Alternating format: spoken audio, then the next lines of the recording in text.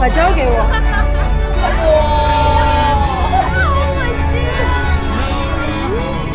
你妈勾引我爸，那你又要去勾引谁呀？这样吧，给你涂点口红怎么样？也美呢。哇，好美啊！大美女。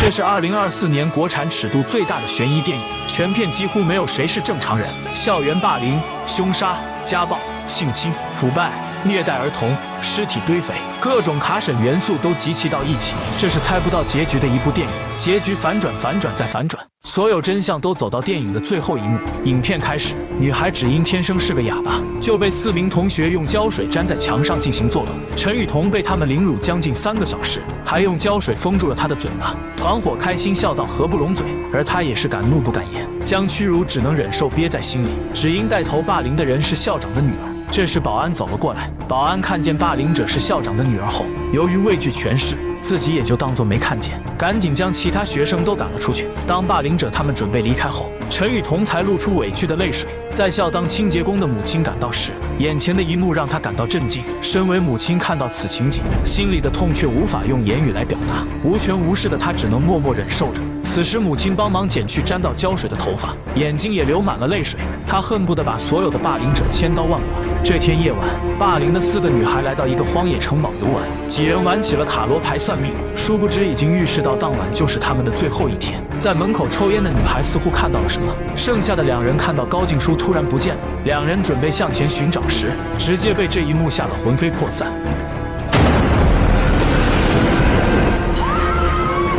2个女生被吓得连忙逃跑，即便再怎么跑，最后都逃不出被杀的命运。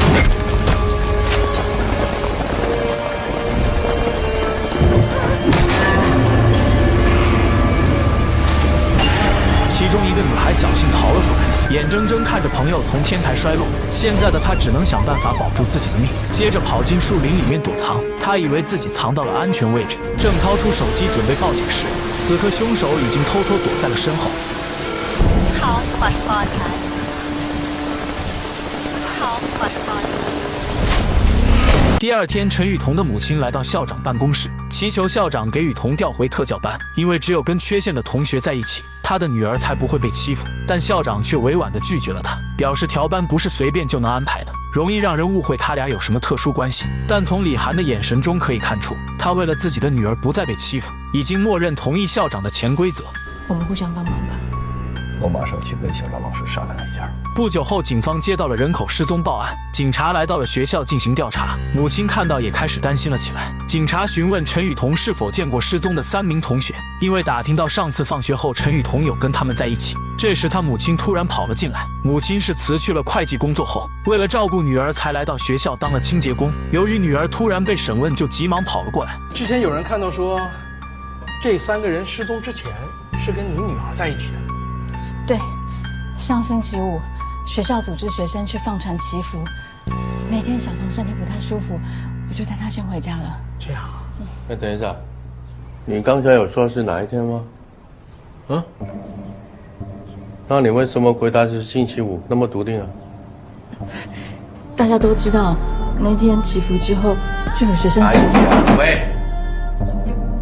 我们只问他好吗？警察询问的问题，母亲都抢着回答，让警官对他产生了质疑。母亲先找借口将女儿带回去，等想起来再给他们答复。此时，校长的女儿安琪也在接受警方的询问，但案发当天她并没有一起去游玩。当天他们班级参加活动时意外落水，导致自己感冒之后就去了医院，并没有跟他们去过城堡。此时安琪拿出了医院证明，才被排除嫌疑。几天后，凶手用钟小晴的手机约安琪在老地方见面。起初安琪并不相信他们被杀害，只是赌气才假装消失。等他来到了废弃大巴车时，他听到后面发出了声响，这时他才意识到不对劲。接着他赶紧关上车门，并观察附近是否有其他人。可下一秒，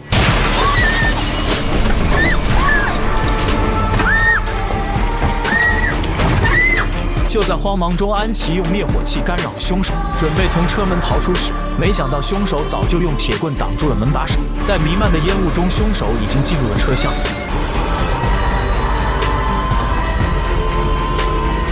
画面一转，尸体已经被藏进彩球当中。学校正在进行着庆典彩排，校长开心着拉动手中的绳子，一具尸体从上面吊挂了出来。校长扭头一看，死者正是校长的女儿安琪。礼堂当中的师生顿时乱成一团，警方快速对这场案件展开调查。校长回忆以前有师生向他报道，就在学校的门口经常有人偷拍。你拍什么呢？他怀疑此人就是在慈善会工作的林在福。1年前，由于发生海啸摧毁了他们一家，是学校的方老师救了他们，便引进他来到学校做起了杂工。但他的女儿在学校里发生意外去世，从此他每次看到和自己女儿年龄相反的女孩，就流露出奇怪的眼神。校长强烈建议警方调查此人。其实校长知道慧君的死因，遭到他女儿安琪的霸凌，一直处于包庇中。之前慧君过生日那天，安琪用铁丝缠绕过的花瓣、皇冠铺满了倒刺，套在了慧君的头上，导致慧君的头被扎破，鲜血直流。更可怕的是，还剪下慧君的头发，便用头发放进水里，逼迫给慧君喝下。几人控制了他的嘴，不知道喝了多少，强迫他必须把头发吃下去。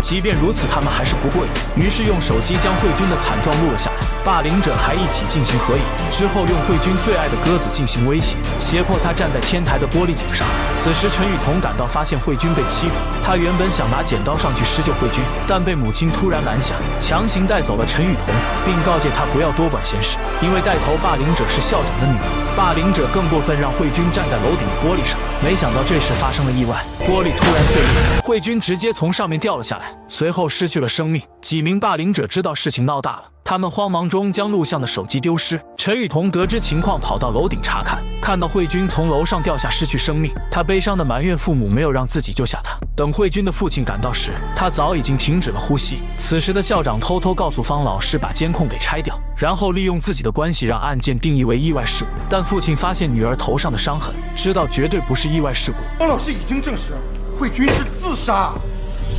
你女儿是自杀的，请你接受现实，别来了好吗？随后，他在校门口通过发传单寻找女儿的真相，但众多人都不屑一顾，其中也包括其他霸凌者的母亲。他看见校长经过，便上去询问，可校长却告诉他天台的监控早就坏了。但林在福根本就不相信。此时方老师也过来劝解他，告诉他人死不能复生，让他看开一点。但死的是自己的孩子，怎么可能看得开？林在福继续追问下，方老师居然直接坐进了校长的车内，直接离开。而陈雨桐还是于心不忍，最终他偷偷将霸凌者的录像交给了林在福。林在福看到女儿生前被霸凌的场面后，压抑许久的悲伤终于释放了出来。得知女儿是被霸凌而死，林在福就变得彻底疯狂，他要让所有霸凌的凶手都要血债血偿。于是他们个个都遭到了暴力。而李涵正在查看家门口的监控，发现这个时间只有林在福在门口，于是他过去按门铃，却没人开门。就在这时，发现门口的墙上有一条有红色的划痕，在地上看到一个手表扣子，接着看到玻璃上也留有划痕。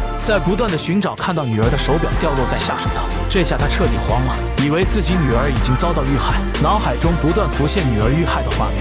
女儿刚进去就被林在福抓走，随着挣扎过程中，手表留下的划痕一直持续到林在福的家门口。为了认证自己的猜测，李涵立刻用家中的床单全部撕开，绑成一条绳子后缠在腰间，接着准备从窗外跨过房间进到林在福的家。没想到外墙碎裂，脚一滑掉在了空调外机上，手掌更是被螺丝扎破了手。但此时自己顾不了那么多，忍着疼痛进入林在福的窗户。就在他准备寻找女儿的踪迹时，林在福突然回到了住处楼下。李涵听到门外发出的脚步声，立刻躲进了房间床下。林在福打开门后，似乎察觉到房间有被动过的痕迹，随后警觉地关上房门查看情况，开始小心翼翼到处寻找踪迹。此时躲在床下的李涵吓得满头是汗。就在这时，林在福的钥匙突然掉落。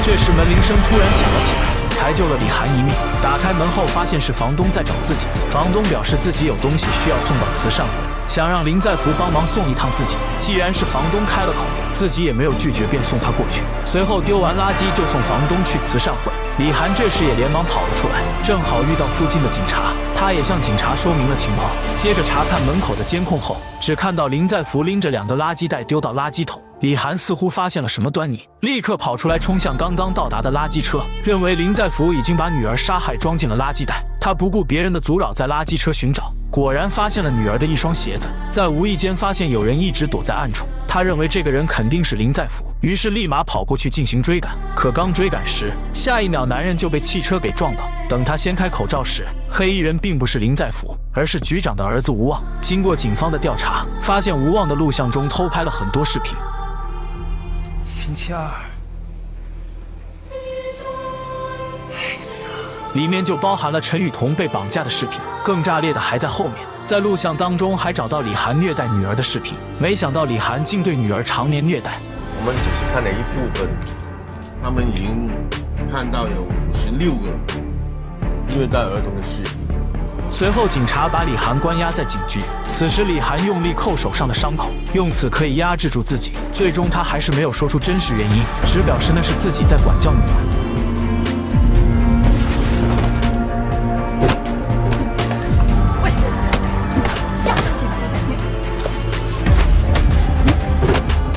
局长觉得他有虐待孩子的嫌疑，等找到陈雨桐后再决定是否对他起诉。此时杨老师也被叫来了询问室，他一眼看到杨老师的钥匙后，跟林在福家中掉落的钥匙一模一样。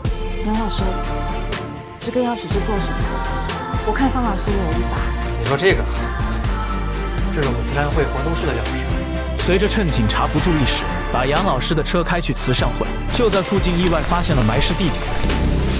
打开一看，全是死去女孩的尸体，他直接被吓到腿软，随后忍着恶臭拼命挖着泥土，试图找出自己女儿的尸体，依旧找不出自己的女儿，但他知道自己女儿肯定也遭到不测。此时他眼里已经充满了仇恨和愤怒。另一边，林在福带着房东行驶在途中，但房东此刻并不知道林在福是杀人凶手。这时房东突然来了一通电话。啊，我这信号不好哈，你大点声说，我调一下啊。说那个林在福现在是通缉犯，警察怀疑那几个失踪女学生和他有关啊，听到了没有？自己要小心啊！关了，我马上到了。这胡说八道，胡言乱讲的。这个车里面好安静哦，听音乐吧。自犯的凶杀人案有重大发现，警方怀疑与对对慈善会的全职社工林在福有关，目前正在全力抓捕。我们在此告诉广大市民，如有发现，请什么烂新闻？这谁在瞎说的？真是。而方老师早已经被林在福绑架，起因是当时慧君坠楼时，方老师知道凶手是校长的女儿，却并没有将慧君的死因告诉他，而是帮校长把楼顶的监控给拆除，并且在警局做伪证说他女儿是自杀身亡。随后他将房东绑在车内，自己就进入屋内想亲手解决掉方老师。此刻方老师跪下来自我忏悔，祈求能得到林在福的原谅，但方老师助纣为虐的嘴脸却在林在福的脑海中挥之不去。你为什么不能救救他？他回不来了，你知道吗？他回不来了，我们这么相信你啊！这时李涵突然出现，他以为林在福因为报复杀害了自己的女儿，但却没料到方老师竟然替林在福挡住了攻击。方老师，把我女儿藏在哪里？你女儿再也回不来了。害死你女儿的又不是我们。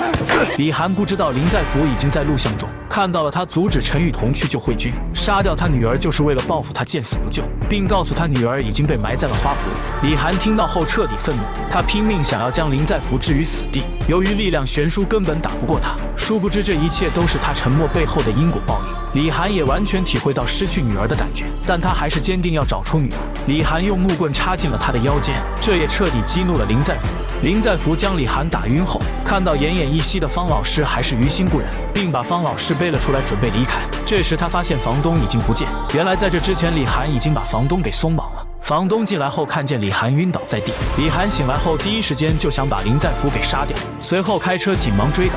林在福发现方老师已经快不行了，此时赶紧拨打120求救电话，没想到李涵这时突然追了上来，他立马踩下油门全速前进，但面包车的速度根本比不过小轿车。此刻李涵的车辆快追上林在福时，房东突然表示自己要跳车，李涵不想让他离开，并用锤子砸向他。车辆撞上林在福之后，同时汽车也因此失去方向，发生了侧翻。车辆侧翻后，李涵拼命地爬了出来，只是受了点轻微伤。等李涵找到林在福时，他已经奄奄一息。李涵还是没有放弃，想知道女儿埋在哪里。我的小龙在哪里？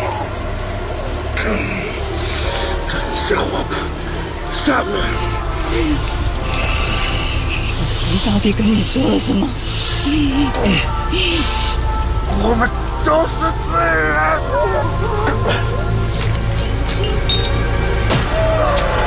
现在我会有。我跟你不一样，我只是个妈妈。你把小老藏到哪里了？女儿。但林在福依旧是告诉他的女儿埋在花圃。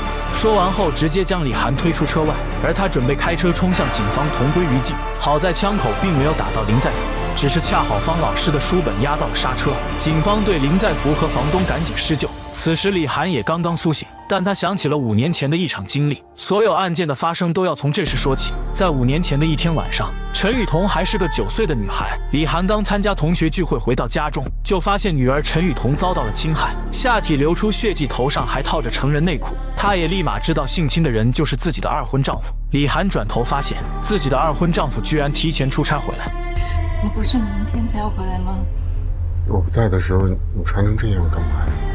此时的她也彻底后悔了，她不该把陈雨桐独自留在家中。她的二婚丈夫不仅有暴力倾向，还有极强的控制欲。紧接着准备泡茶的时候，赶紧打电话报警，但下一秒就被丈夫发现。她用茶壶砸在李涵的脑袋上，然后将她的手机抢走。李涵情急之下拿起刀进行防卫，但男人只是淡定地拿出钱来羞辱她，接着把她拽出去关在门外，门上的钥匙也随手丢到楼下。此刻房东将这一切也看在眼里，但他事不关己，直接就离开。李涵害怕他再次对女儿继续侵害，于是用手挡住了铁门，但这个禽兽一点人性都没有。李涵跑到楼下赶紧寻找钥匙，恰巧碰见旁边砍椰子的弯刀。等他进入家里时，可万万没想到的是，女儿既用剪刀戳进了男人的脖子，将继父给直接杀害，而这一切恰好被警察局长的变态儿子给拍了下来。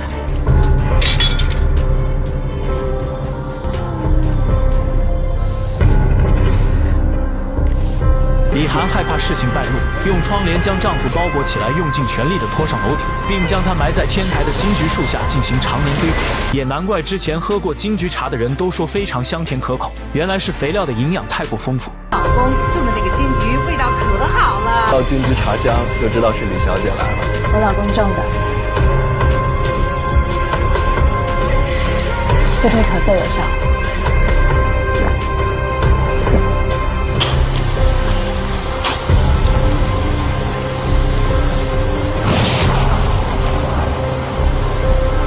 最后，他将楼梯上的血迹全部清理干净。做完这一切，告诉他女儿就当什么事情都没有发生，还叮嘱她千万不要告诉别人。之后，他就一直用二婚丈夫的手机相互发信息，假装他还在外地打工的样子，并且还经常保持正常通话，还会每次记录给老公邮寄茶叶，目的就是想证明她老公并没有死。而林在福也将警方带到了阳台金桔树下，法医在地里慢慢扫开泥土，本以为尸体是陈雨桐，却发现是陈雨桐继父的骸骨。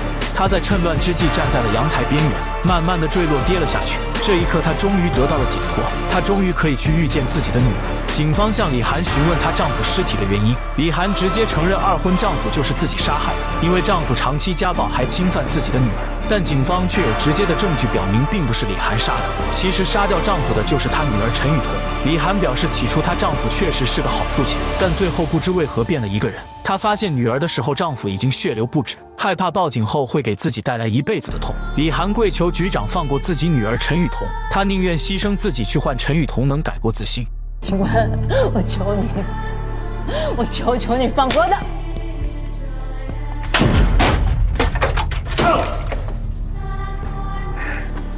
起来！人是你杀的，别再拉着我，我可以告你袭警的，你懂吗？局长的做法已经将陈雨桐杀害继父的罪名算到了李涵的头上。此刻李涵也感到前所未有的轻松，在他看来，这是对女儿最伟大的母爱，也让女儿得到了解脱。但另一边的警员突然发现林在福携带了很多纸条，警员立刻发现这件事还有端倪，于是他又拿出陈雨桐的物品，这样看来纸条都是出自一人之手。打开一看，发现经常绘画的陈雨桐早就预示了有尸体埋在了金桔树下。电影的最后也迎来了大反转，陈雨桐出现正在行驶卡车的柜子当中，其实他并没有死，只是想决定逃离这个到处是阴霾的环境，让他得到了心灵的自由。其实林在福在李涵家门口运走的正是陈雨桐，是他将霸凌者的视频提供给林在福。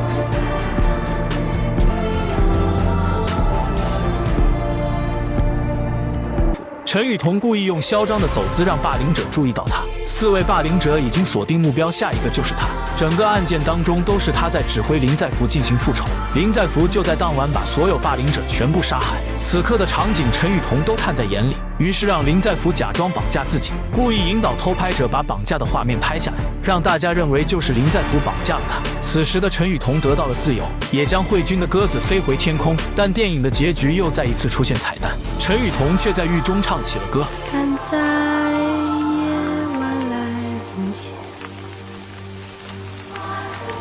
让星星落满你双眼。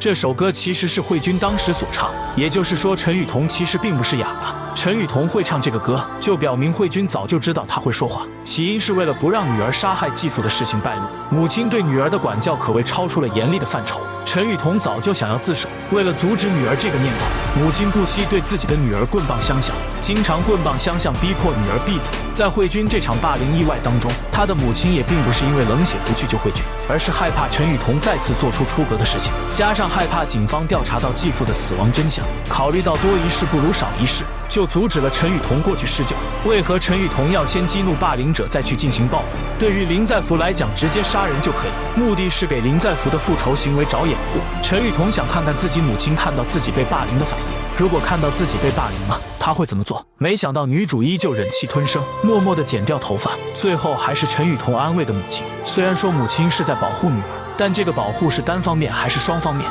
这种剥夺陈雨桐自由的保护，无非也是对她的另一种霸凌。而面对如此自私的母亲，陈雨桐就设计出对她母亲的心理报复，而结局的最后，陈雨桐是自行自首，这也让她自己的心灵得到了真正的解脱。